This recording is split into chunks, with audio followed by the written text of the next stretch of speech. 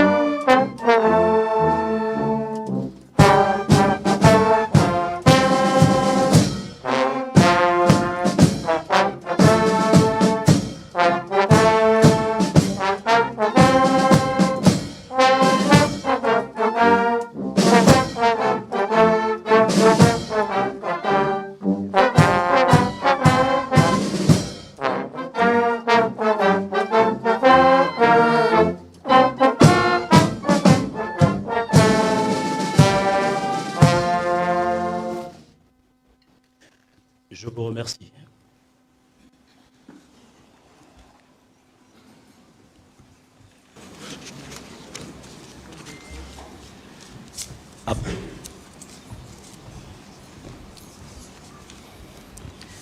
À présent, mesdames et messieurs distingués invités, nous vous prions de rester attentifs car nous avons l'honneur d'inviter Monsieur le Président du Conseil économique et social environnemental de la transition à bien vouloir prononcer le discours marquant officiellement l'ouverture de cette session.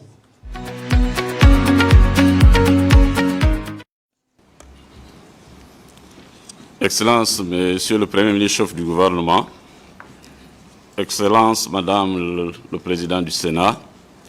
Excellences, Monsieur le Président de l'Assemblée nationale, Excellences, Madame le Premier Président de la Cour de cassation représentant le corps judiciaire, Monsieur le représentant du Président de la Cour constitutionnelle, Mesdames et Messieurs les membres du gouvernement,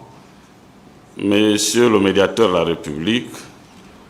Mesdames et Messieurs les présidents des autorités administratives indépendantes, Madame le gouverneur de la province de l'Estuaire, Mesdames et Messieurs les représentants des corps diplomatiques et consulaires et des organisations internationales, Mesdames et Messieurs les représentants des organisations patronales et syndicales, Mesdames et Messieurs les estimés conseillers, membres du Conseil économique, social et environnemental de la transition, distingués invités, Mesdames et Messieurs. Durant l'intercession qui vient de s'achever, le Conseil économique, social et environnemental a été frappé d'un double deuil. D'abord avec la disparition de l'estimé conseiller membre Ivendarere Tapoyo Thierry, Léonce. Ensuite, la disparition d'un des anciens présidents du Conseil économique et social en la personne de Maître Louis-Gaston Maïla, qui est une personnalité largement connue aussi bien au plan national qu'international. En mémoire de ces illustres disparus, je vous prie de bien vouloir vous joindre à moi pour observer une minute de silence et de méditation.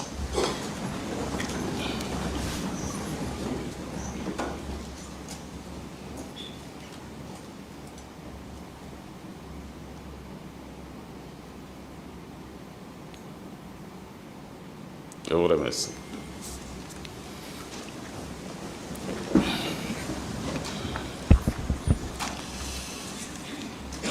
Monsieur le Premier ministre, chef du gouvernement, distingués invités, mesdames et messieurs,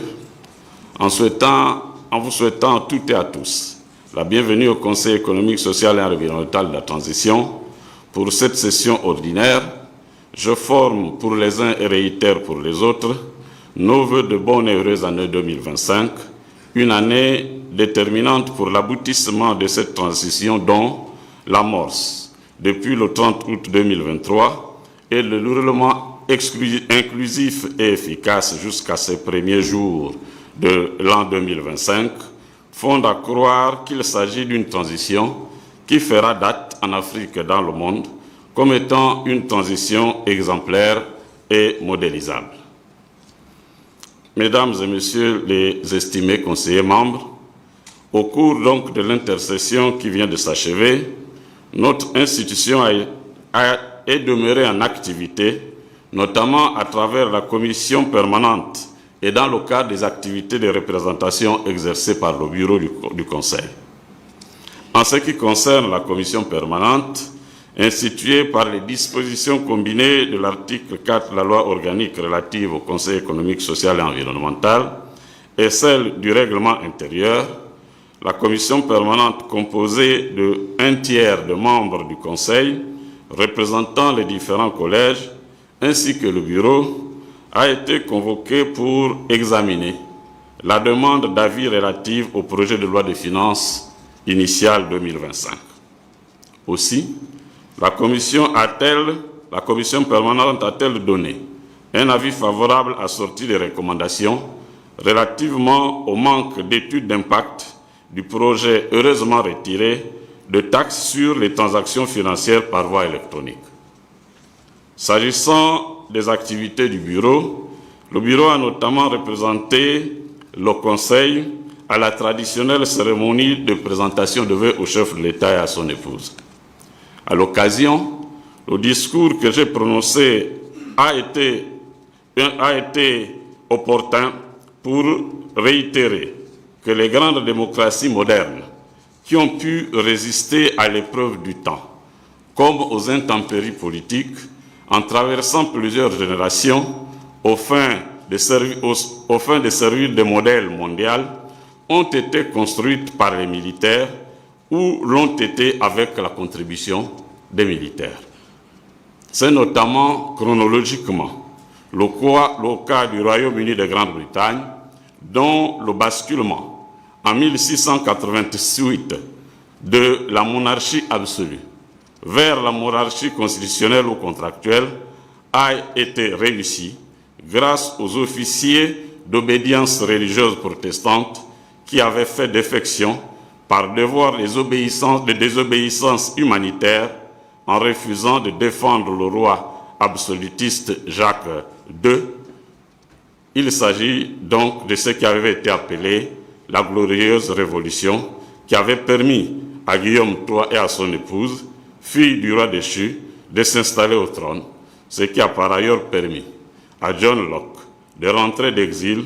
dans ce qui s'appelle actuellement le Royaume des Pays-Bas, et qui a commencé donc à partir de ce moment à théoriser sur le principe de la hiérarchisation de pouvoir, développé beaucoup plus tard par, bien sûr, Montesquieu, qui parlait, lui, de la séparation de pouvoir. C'est aussi le cas, dans toujours l'ordre chronologique, des États-Unis d'Amérique, où le général George Washington, après avoir conduit victorieusement la guerre des indépendances contre le colon britannique avec l'aide de la France, a dû accepter de sortir à nouveau de ses champs agricoles pour conduire la Convention des États confédérés, convention qui s'est conclue par la Constitution instituant la démocratie américaine en 1787, dont la mise en application a commencé à partir de 1789. Alors que la première élection présidentielle qui s'en est suivie porta au pouvoir cet architecte de la Constitution, le général George Washington, qui fut donc élu premier président des États-Unis, puis réélu pour un deuxième mandat de 4 ans. En ce qui concerne la France, j'ai également indiqué que lorsqu'en 1958, la Ve République a pu naître, c'est le général de Gaulle que l'incapacité des civils à stabiliser la gouvernance politique post-Deuxième Guerre mondiale a poussé le président René Coty à aller supplier ce héros libérateur à prendre le pouvoir pour l'architecture actuelle de la Constitution française. Au Ghana, chez nous en Afrique, c'est un autre militaire, le général Jerry Rawlings, qui, après avoir été condamné à mort pour avoir raté un premier coup d'État en mai 1979, a été sorti de prison par ses frères d'armes quelques semaines après pour organiser un deuxième coup d'État en juin 1979. Mais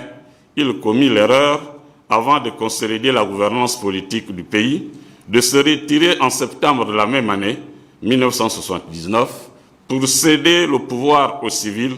avec pour chef de l'État le diplomate Ilia Liman. Comme les habitudes ont souvent la peau assez dure, les civils ont montré au Ghana de nouvelles limites quant à leur incapacité à instaurer une gouvernance vertueuse, ce qui conduisit alors le général Jerry Rawlings à organiser un troisième coup d'État en décembre 1981 et conduire une longue transition de plus de 10 ans jusqu'en 1992, lorsqu'il va alors, à partir de ce moment-là, instaurer la démocratie et se présenter sous la bannière d'un parti qu'il a fondé, le Congrès démocratique national, pour un premier mandat, puis va se faire réélire pour un deuxième mandat en 1997, avant d'être succédé par son vice-président John Atta Mills, élu aussi démocratiquement en 2020,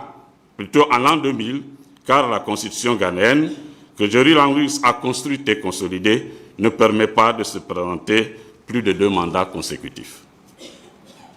La démocratie ghanéenne aussi, comme on peut le constater, sert aujourd'hui de modèle en Afrique. Certains vont arguer que la France, comme les USA, sortait d'une guerre, mais il doit leur être répondu que le Gabon actuel, comme la Grande-Bretagne de 1688, comme le Ghana de 1992, sort d'une dictature dont la férocité a impacté le peuple gabonais, victime d'emprisonnements arbitraires, d'actes de déshumanisation, d'exil forcé et autres privations des droits fondamentaux tels que le droit à la vie tout court. D'autres trouveront à redire en prétextant que les militaires s'étaient d'abord retirés du pouvoir aux USA en France. Est-il éclairant de leur rappeler que dans le cas de ces 2 pays-là, les civils se sont retrouvés en si grave danger d'implosion sociale qu'ils sont allés solliciter le retour des militaires pour construire et consolider la démocratie. Et qu'au Gabon, nous ne souhaitons pas expérimenter l'expérience du Ghana, qui a été obligé d'organiser un 3e coup d'État avant de retrouver la loi d'une démocratie solide. C'est pourquoi le Gabon, qui a déjà le bon grain notoirement prouvé et éprouvé entre ses mains, a tout à gagner à ne pas s'en séparer, en refusant bien sûr de prendre le risque d'essayer des grains vraisemblablement ou présumés bons, tels que je l'ai exprimé dans mon discours de vœux sous l'allégorie de la métaphore qui consistait à dire qu'on ne peut pas placer le bébé nouvellement né entre les mains d'ouvriers malhabiles et malheureusement beaucoup entendus, mal habillés. C'est sur cet appel fervent à continuer avec le libérateur du Gabon et du peuple gabonais que je déclare ouvert les travaux de cette session ordinaire du Conseil économique, social et environnemental de la transition. Et si, bien sûr, la transition s'achève, ça devrait être la dernière session ordinaire de notre institution. Aussi, cette session portera essentiellement sur une saisine dont le Conseil a été, qui nous a été demandé par le Premier ministre chef du gouvernement concernant la possibilité d'un partenariat entre l'État gabonais et le groupe Cap Caravane, notamment pour le développement du tourisme dans notre pays. Nos travaux porteront également sur des propositions d'études en autosaisine concernant les énergies fossiles et la fin annoncée de l'exploitation des énergies fossiles, notamment depuis la COP 28 et même déjà depuis la COP 15 et l'accord de Paris sur le climat. Dès l'instant où le Gabon a toujours été un grand producteur de pétrole et désormais aussi parmi les producteurs de gaz, même si pour le moment c'est en petite quantité, il est bon de commencer la réflexion pour savoir comment nous sortirons de cette situation où nous avons le contrôle de la production d'énergie dont nous avons besoin pour que demain après-demain, si le pétrole n'est plus achetable ni exploitable, alors le Gabon va financer son économie sur la base de quelles ressources? Est-ce que nous ne devrons pas exploiter la possibilité de commencer à basculer vers la recherche de notre potentiel en hydrogène aussi bien naturel, mais aussi la possibilité de produire de l'hydrogène à partir de l'énergie produite par le gaz ou encore à partir de l'énergie hydroélectrique. Étant entendu que là également, le Gabon a un vaste potentiel hydroélectrique. Et c'est pour cela que le Conseil économique et social salue la décision qui a été prise par le chef de l'État, le général Brice Clotaire Oligui Nguema, de lancer la construction du grand barrage hydroélectrique sur le Goué à Boué. Le deuxième élément qui sera examiné concernant cette autosaisine, c'est le projet de développement d'un référentiel de valeurs gabonaises et bien sûr regarder la mise en synergie, la mise en coexistence de nos valeurs gabonaises avec les valeurs panafricaines et bien sûr avec les valeurs universelles. Mesdames et messieurs, voilà ce sur quoi la session actuelle va essentiellement porter. Et bien sûr, au cours de la session, des amendements peuvent être apportés à ces différents éléments qui vont être examinés. Je vous remercie, mesdames et messieurs, de votre aimable attention.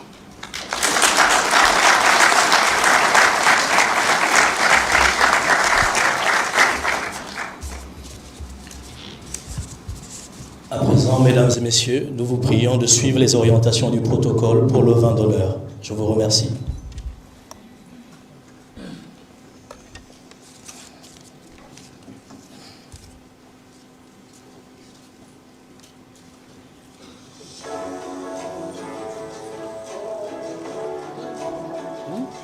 Le protocole, c'est vous?